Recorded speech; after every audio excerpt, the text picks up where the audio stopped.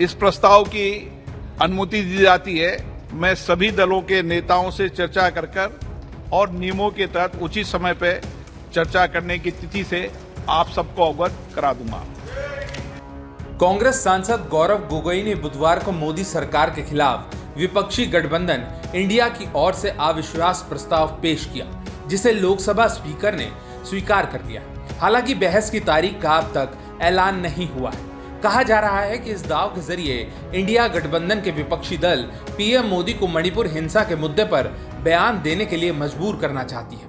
आइए समझते हैं अब आगे क्या क्या होगा, क्या है इसके नियम और कैसे होती है वोटिंग। अविश्वास प्रस्ताव एक संसदीय प्रक्रिया है जिसके तहत विपक्ष सरकार को चुनौती दे सकता है।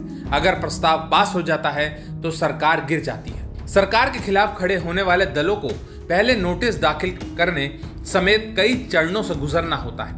नियम के अनुसार लोकसभा का कोई भी सदस्य अविश्वास प्रस्ताव ला सकता है। इस प्रस्ताव को सदन में 50 सांसदों का समर्थन होना चाहिए। लोकसभा की नियमावली 198 के मुताबिक सांसदों को लिखित नोटिस दिन में 10 बजे से पहले देना होता है और स्पीकर इस नोटिस को हाउस में पढ़ते हैं।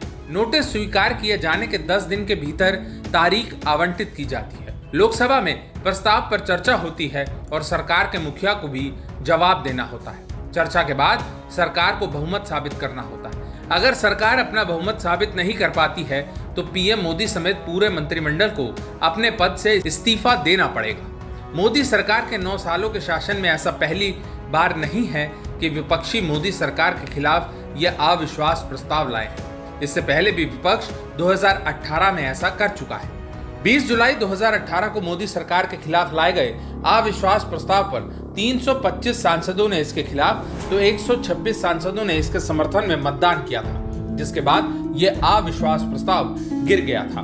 मौजूदा सरकार पर बात करें तो बीजेपी के पास संसद के दोनों ही सदनों में बहुमत है, इसलिए अविश्वास प्रस्ताव को विपक्षी गुट की पहली मजबूत प्रक्रिया के रूप में देखा जा सकता है।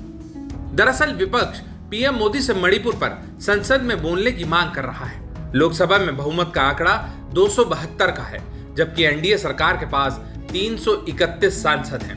लोकसभा में सिर्फ बीजेपी के ही 303 सांसद हैं। विपक्षी गठबंधन इंडिया में शामिल दलों के सांसदों की संख्या 144 है।